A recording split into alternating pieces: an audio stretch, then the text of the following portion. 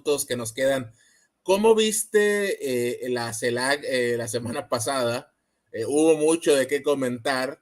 Estuvo bastante interesante esta propuesta de México de hacer alguna especie de unión o bloque comercial, y sobre todo, pues el impacto fue al final el mensaje del presidente Xi Jinping, tendiendo la mano de China, la mano amiga de China, pues como una parte más de ese megaproyecto de desarrollo y comercio llamado la nueva ruta de la seda.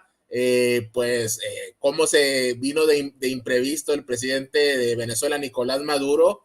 Aquí se le trató bien, pero pues también intervenciones lamentables, ¿no? De los mandatarios de Uruguay y Paraguay. ¿Cómo viste todo esto? Y bueno, creo que un acierto más de la Cuarta Transformación, ven, que nos puso a ver una cumbre internacional casi con palomitas, ¿no? De todo lo interesante que ocurrió. Bueno, es muy impresionante y el presidente López Obrador merece mucho, el honor de organizar esta cumbre después de 4 años, porque recordemos, por 4 años no había habido una cumbre de la CELAC. Fue básicamente, estaba en un estado básicamente muerta. Y gracias a la iniciativa del gobierno mexicano, ahora no solo está viva, sino está fuerte. Y la CELAC puede, para mí lo más importante es la idea de reemplazar a la OEA, porque siempre lo digo, es muy importante recordar, la OEA siempre ha sido un instrumento del poder imperial de Estados Unidos. Nunca ha sido un instrumento independiente.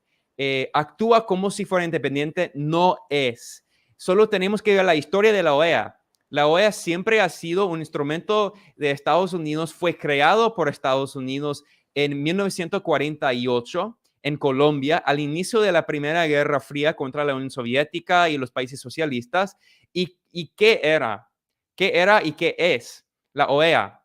Bueno, al inicio, la OEA era una alianza de los países de derecha, los países conservadores, y incluyendo a dictadores militares. Entonces, la dictadura sangriente, horrible, asesina del general Anastasio Somoza, aquí en Nicaragua, fue uno de los países que fundaron la OEA en 1948. Y hoy en día, ¿qué es la OEA? Todavía es una organización que es una alianza de países de Latinoamérica controlada por Estados Unidos. ¿Y qué hace? La OEA hizo un golpe de Estado contra el presidente que fue elegido por el pueblo de Bolivia, ¿no? Evo Morales. En 2019, en noviembre, el jefe de la OEA, Luis Almagro, un ultraderechista, súper corrupto, muy corrupto, él hizo un golpe de Estado en Bolivia contra el gobierno que fue elegido por el pueblo. Entonces, la OEA es un instrumento descarado, y tenemos que reemplazarlo. Y creo que la iniciativa del presidente López Obrador es muy importante porque, como él dijo, la CELAC debe ser el instrumento verdaderamente independiente, el instrumento de integración regional. Y sí, hay contradicciones porque hay fuerzas de izquierda, hay fuerzas de derecha, hay fuerzas del centro. Y bueno, si queremos un instrumento que es verdaderamente latinoamericano, un instrumento que es una forma de integración de toda Latinoamérica, sí, es verdad que va a haber discusiones entre las fuerzas progresistas y las fuerzas conservadoras. Eso es inevitable, pero lo más importante es que sea una organización verdaderamente independiente, y la CELAC es ese organismo, porque Estados Unidos y Canadá no son parte de la CELAC como en la OEA. Entonces, sí, creo que esta cumbre fue súper importante porque es el primer paso para fortalecer la integración de Latinoamérica. Porque si Latinoamérica y todos los pueblos de Latinoamérica, si quieren ser libres, independientes, necesitan una forma de organizarse e integrarse sin la injerencia de Estados Unidos y la oligarquía de Wall Street. Ben, pues ya para ir concluyendo, nuevamente te agradecemos esta participación en este espacio. Esperemos regreses muy pronto y bueno, que esté aquí también nuestra amiga Renata Turrent, que también sabes te tiene en mucha estima. La vez pasada te entrevistamos ella y yo. Ben, ¿cómo viste? Por último, digo, ya hay que tomarlo hasta con sentido del humor, pero la semana pasada también fue muy movidita. Estuvo el presidente civil, democráticamente elegido de Cuba, Díaz-Canel. No es un militar como fue Fidel y Raúl Castro, sino es una persona común y corriente. Estuvo en México para el 200 aniversario de nuestra independencia, fue uno de los invitados a la CELAC, incluso pronunció un discurso en nuestro aniversario.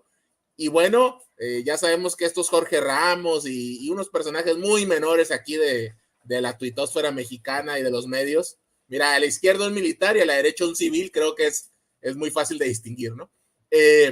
Dijeron que México, que por qué le daba cabida a un dictador, a dos dictadores. Bueno, es ridículo, ¿no? Es ridículo y también algo que le podremos preguntar a Max Blumenthal cuando podamos tenerlo aquí en una futura entrega. Pero estos señores, estos Jorge Ramos y eso, luego tachan de dictadores a Díaz-Canel, a Maduro, y luego festejan a una señora que se eternizó casi 2 décadas en el poder, ¿no? Como Angela Merkel. ¿Qué opinas de esto?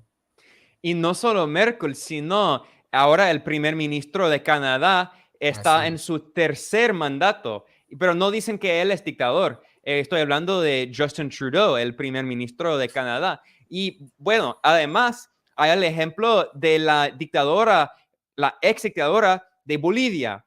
Estas personas de que hablas, ¿no?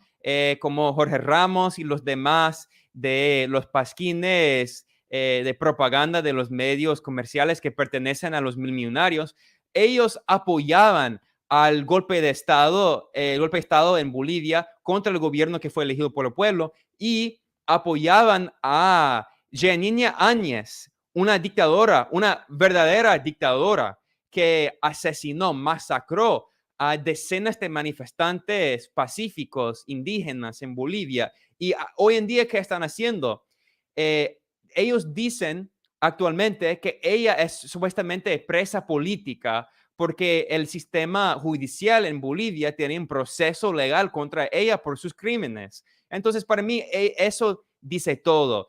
Ellos dicen que el presidente constitucional, un presidente civil que no es militar de Cuba, supuestamente es dictador, pero al mismo tiempo ellos apoyan golpes de Estado que son golpes militares por el ejército boliviano contra el gobierno que fue elegido por el pueblo, y ellos apoyan a los dictadores y las dictadoras que no son legítimas, que no fueron elegidos por el pueblo. Para mí, esa hipocresía de Bolivia muestra todo.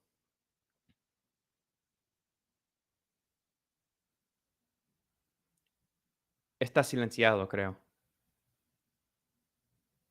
Así es, Ben, te comentaba que no hablemos de otras figuras de la política, figurones de la política internacional, como Netanyahu, como Mitterrand, como Helmut Kohl, que duraban 15, 20 años religiéndose y nadie decía absolutamente nada, ¿no? Ben, pues muchas gracias por acompañarnos. Nuevamente, sabes que nos gusta mucho tenerte por aquí. Mucha gente aquí nos está dejando comentarios